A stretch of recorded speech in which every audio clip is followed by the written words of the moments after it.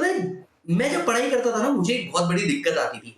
Specially practical subjects के साथ एक बहुत बड़ी दिक्कत होती थी। क्वेश्चंस तो ऑलमोस्ट हर बुक के अंदर में अवेलेबल होते थे, लेकिन एक बुक जो ये बता दे कि भैया इसमें से कौन-कौन से क्वेश्चन इंपॉर्टेंट है। एक बुक जो ये बता दे कि यार ये एडजस्टमेंट की गई है, तो ये एडजस्टमेंट क्यों की गई है। एक बुक जो बहुत क्लियर क्लासिफिकेशन देते हैं हर कैटेगरी ऑफ क्वेश्चन के लिए, और एक ऐसी बुक जिसमें कंपाइलेशन तो हो ही आरटीपी और एमटीपी का भी। इस ऑब्जेक्टिव के साथ मैंने डिजाइन किया एमआरपी बुक डायरेक्ट एक्सेस का। जी हाँ, डीटी का MRP book for the purpose of May 26 to January 27। ये एक अराउंड 350 पेजेस का क्वेश्चन बैंक है, जिसको हम नाम देते हैं एमआरपी। अब एमआरपी क्या है भैया? एम का मतलब है एमटीपी, आर का मतलब है आरटीपी और पी का मतलब है पास्ट पेपर। लगभग लगभग 10 साल के सारे क्वेश्चन जो आरटीपी, एमटीपी और पास्ट पेपर के हैं, ऑब्वियसली जिसमें से रिपीटेड वाले हटा दिए गए हैं, ऐसे सारे क्वेश्चन को बाइफरकेट करके एक बुक में कंपाइल किया गया है और फाइनेंस एक्ट 2025 के लिए सबसे पहले आपके लिए लेकर के आए हैं। आइए इस बुक के फीचर्स आपको बता देता हूं कि कैसे ये बुक आपके लिए बहुत रिलेवेंट है अगर आप मई 26 टू जनवरी 27 एग्जाम देना चाह रहे हैं तो।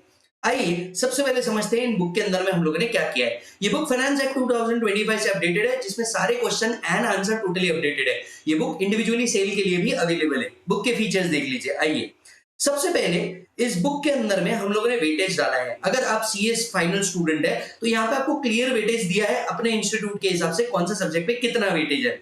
अगर आप सीएमए स्टूडेंट है तो आपके हिसाब से भी वेटेज हम लोगों ने यहाँ पे दे करके रखा है। अब इंपॉर्टेंट पॉइंट ये आ जाता है कि सॉल्विंग करते वक्त कौन से टॉपिक ए कैटेगरी के हैं जो मुझे एग्जाम में जाने ही चाहिए सॉल्व करते हुए, ताकि मेरा बेस्ट से बेस्ट रिजल्ट आ जाए। तो यहाँ पे हमने आपको एबीसी एनालिसिस भी दे रखा है कि ये वो टॉपिक है जिसके अंदर में बहुत सारे क्वेश्चन है और आपको प्रिपरेशन बहुत अच्छे से होनी चाहिए। अब जैसे आप आगे आएंगे, सबसे पहले इसके अंदर में पूरे 44 टॉपिक्स कवर किए गए हैं फाइनेंस एक्ट से अपडेट करके, और सारे क्वेश्चंस जो आपके लिए रेलेवेंट है या जिस पे एडजस्टमेंट है वो सब कुछ यहाँ पे कवर किया गया है। अब जैसे ही बुक के अंदर में जाएंगे, यहाँ पे आपको एक बहुत बढ़िया पैटर्न दिया हुआ है। सबसे पहले आपको बताया कितने क्वेश्चंस इस बुक के अंदर में कवर किए गए हैं, कौन से कैटेगरी या सेक्शन के ऊपर ये क्वेश्चन आए हुए हैं। मोस्ट इंपॉर्टेंट, आप जैसी बुक चालू करेंगे तो वैसे आपको दिखेगा ये एम मतलब एमटीपी का क्वेश्चन है, आर मतलब आरटीपी का क्वेश्चन है, पी मतलब पास्ट पेपर का क्वेश्चन है और एसएम मतलब मॉड्यूल का क्वेश्चन है, स्टडी मटेरियल का क्वेश्चन है। तो हर बुक में आपको जगह जगह पे ये इनिशियल्स लिखे हुए दिखेंगे और उसके आगे उसका अटेम्प्ट भी लिखा हुआ मिल जाएगा। अब एक और दिक्कत पता है क्या आती थी? See B I am being an average student, तो हमने इस बुक को पूरा स्टूडेंट सेंट्रिक बना के रखा कि ठीक है, there are 1 to 25 question in this chapter number 1, पर उसमें से भी एग्जाम के टाइम पे कौन से वो क्वेश्चन है जो मेरे को करके ही जाने हैं, जिसमें पूरे चैप्टर का ओवरव्यू आ जाए या पूरे चैप्टर के बहुत ही मस्त वाले क्वेश्चन कवर हो जाए, जिसमें सारे एडजस्टमेंट कवर हो जाए। तो हमने एक और एफर्ट लिया ताकि आपको ये बताया जा सके कि 1 से 25 के बीच में वो कौन से क्वेश्चन है जो आपने सॉल्व करके ही जाने चाहिए। ये वो है जो एग्जाम के टाइम पे आपको सबसे ज्यादा हेल्प करने वाले हैं।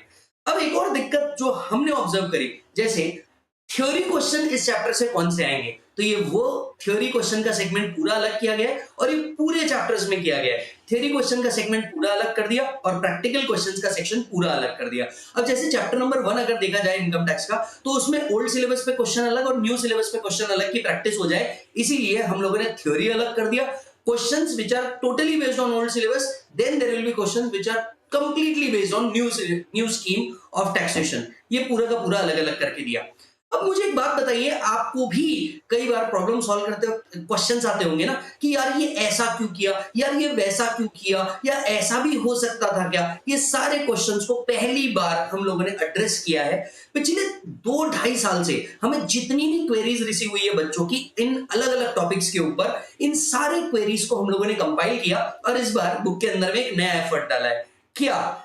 जैसे आप बुक देखेंगे, बुक के नीचे आपको कंसेप्ट इंटरलिंकिंग मिल जाएगा। मतलब ये बुक एक सेल्फ एक्सप्लेनेटरी बुक है, आपको डीटी का कंसाइज बुक ओपन करने की जरूरत ही नहीं पड़ेगी कि कोई पर्टिकुलर एडजस्टमेंट की है तो ये पर्टिकुलर एडजस्टमेंट क्यों हुई है। जैसे एनआर को भी बेसिक एग्जाम्पशन मिलता है क्या, फिर इसके अंदर में रिबेट क्यों नहीं दिया, तो ये सारी चीज कंसेप्ट इंटरलिंकिंग में यहीं पे लिख करके दी हुई है। मतलब हर जगह पे उसके नीचे ही कंसेप्ट को इंटरलिंक करके दे दिया है कि ऐसा किया गया है तो क्यों किया गया है, वैसा किया गया है तो क्यों किया गया है, कहीं अजम्पशन लिए हैं तो क्लियर कट अजम्पशन लिख के दिया है।